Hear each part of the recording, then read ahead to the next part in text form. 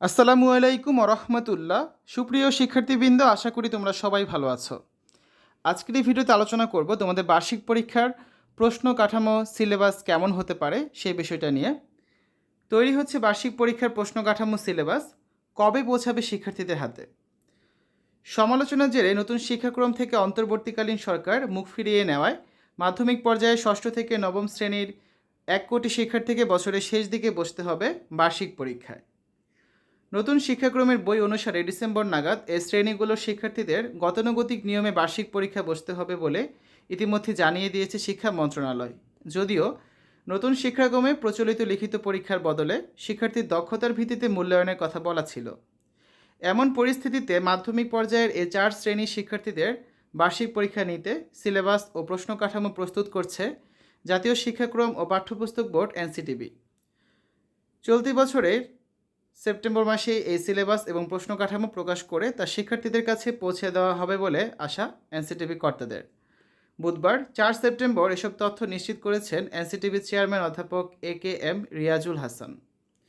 পরীক্ষার বদলে মূল্যায়ন নির্ভর নতুন শিক্ষাক্রম বাস্তবায়নযোগ্য নয় বলে স্বীকার করে শিক্ষাবর্ষের নবম মাসে এসে গত 1 সেপ্টেম্বর আগের অর্থাৎ 2012 সালের জাতীয় শিক্ষাক্রমের আদলের শিক্ষা ব্যবস্থায় ফিরে যাওয়ার ঘোষণা দিয়েছে শিক্ষা মন্ত্রণালয়। ফলে চলতি বছরই ডিসেম্বর মাসে হাই স্কুলগুলোতে ফিরছে বার্ষিক পরীক্ষা। তবে ষষ্ঠ থেকে দশম শ্রেণীর শিক্ষার্থীদের বই এখনই পরিবর্তন হচ্ছে না। নতুন শিক্ষাক্রমের বইগুলি আপাতত এবছর পড়তে হবে শিক্ষার্থীদের, আর সেখান থেকে আসবে বার্ষিক পরীক্ষার প্রশ্ন।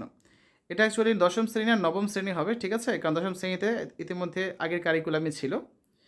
যদিও 2023 সালের শুরুতে নতুন শিক্ষাক্রম বাস্তবায়নের পর থেকে শিক্ষা মন্ত্রণালয় ও এনসিটিভি সংশ্লিষ্টরা জানিয়েছিলেন এই শিক্ষাক্রমে পরীক্ষা নির্ভরতা কমবে। পরীক্ষার বদলে শিক্ষার্থীদের শ্রেণীতে অর্জিত জ্ঞানের মূল্যায়ন করার ঘোষণা ছিল তৎকালীন সরকারের পক্ষ থেকে। তবে নতুন শিক্ষাক্রম বাস্তবায়ন থেকে শিক্ষা মন্ত্রণালয় সরে আসায় আগের 2012 সালের শিক্ষাক্রমে বার্ষিক পরীক্ষা নেওয়ার ঘোষণা এসেছে। এমন পরিস্থিতিতে নতুন শিক্ষাক্রমের বইতে পুরনো নিয়মের পরীক্ষা আয়োজনের বন্দোবস্ত করছে এনসিটিভি। এনসিটিভি সূত্রে জানা গিয়েছে নতুন শিক্ষাক্রমের বইয়ের উপরই বার্ষিক পরীক্ষা নিতে শিক্ষা বিশেষজ্ঞ শিক্ষকদের সঙ্গ নিয়ে বেশ কয়েকটি সেমিনার করে সংশোধিত ও পরিমার্জিত মূল্যায়ন নির্দেশিকা প্রস্তুত করা হচ্ছে। একই সঙ্গে প্রস্তুত হচ্ছে বার্ষিক পরীক্ষার সিলেবাস ও প্রশ্ন কাঠামো। শিক্ষা মন্ত্রণালয়ের অনুমোদন নিয়ে তা চলতি সেপ্টেম্বর মাসে প্রকাশ ও স্কুলে শিক্ষার্থীদের পাঠানোর পরিকল্পনা করা হয়েছে। নতুন যে শিক্ষাক্রমটি বাস্তবায়ন শুরু হয়েছিল মাধ্যমিক পর্যায়ে তা ছিল অভিজ্ঞতা নির্ভর। তবে সম্প্রতি শিক্ষা মন্ত্রণালয় আগের শিক্ষাক্রমের আদলের শিক্ষায় ফিরে গিয়ে ডিসেম্বর মাসে বার্ষিক পরীক্ষা নেওয়ার ঘোষণা দিয়েছে। তো অভিজ্ঞতা নির্ভর শিক্ষার বইয়ের কোনো অংশ থেকে প্রচলিত লিখিত পরীক্ষা নেওয়া যাবে তা খুঁজে বের করে আমরা ষষ্ঠ থেকে নবম শ্রেণীর শিক্ষার্থীদের জন্য বার্ষিক পরীক্ষার সিলেবাস প্রস্তুত করছি। আর বার্ষিক পরীক্ষার প্রশ্ন কাঠামো প্রস্তুত করছি আমরা। বার্ষিক পরীক্ষার প্রশ্ন হবে 2012 সালের শিক্ষাক্রমের আদলে প্রতিটি বিষয়ে ছোট প্রশ্ন, বড় প্রশ্নের সমন্বয়ে প্রশ্ন কাঠামো প্রস্তুত করার প্রক্রিয়া চলছে। শিক্ষক ও কারিকুলাম বিশেষজ্ঞদের সঙ্গে নিয়ে সেমিনার করে সিলেবাস ও প্রশ্ন কাঠামোর খসড়া প্রস্তুত করা হচ্ছে। আমরা অতি শিগগিরই সিলেবাস ও প্রশ্ন কাঠামো প্রকাশ করব এবং সেগুলো স্কুলে পাঠিয়ে দেব। কবে নাগাদ সিলেবাস ও প্রশ্ন কাঠামো প্রকাশিত হবে জানতে চাইলে চেয়ারম্যান আরও বলেন, আমরা খসড়া প্রস্তুত করে শিক্ষা মন্ত্রণালয়ের সামনে তা উপস্থাপন করব। পরে মন্ত্রণালয়ের অনুমোদন নিয়ে তা প্রকাশ করা হবে। আশা করছি চলতি সেপ্টেম্বর মাসে মাধ্যমিকের বার্ষিক পরীক্ষার সিলেবাস ও প্রশ্ন কাঠামো আমরা প্রকাশ করতে পারবো এবং সেগুলো স্কুলে পাঠানো সম্ভব হবে।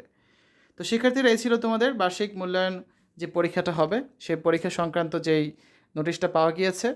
তোমাদের বার্ষিক পরীক্ষার জন্য তোমাদের যে নতুন বইগুলো আছে সেই বইগুলো কিন্তু পড়তে হবে। তবে এখান থেকে এক্স্যাক্টলি কোন অধ্যায়গুলো পড়তে হবে বা কীভাবে পরীক্ষাটা নেওয়া হবে সেই বিষয়ে যখন চূড়ান্ত নির্দেশিকা প্রকাশিত হবে তোমাদের সাথে সেটা জানিয়ে দেবো, ঠিক আছে? আপাতত বইগুলো ভালো করে পড়তে থাকো।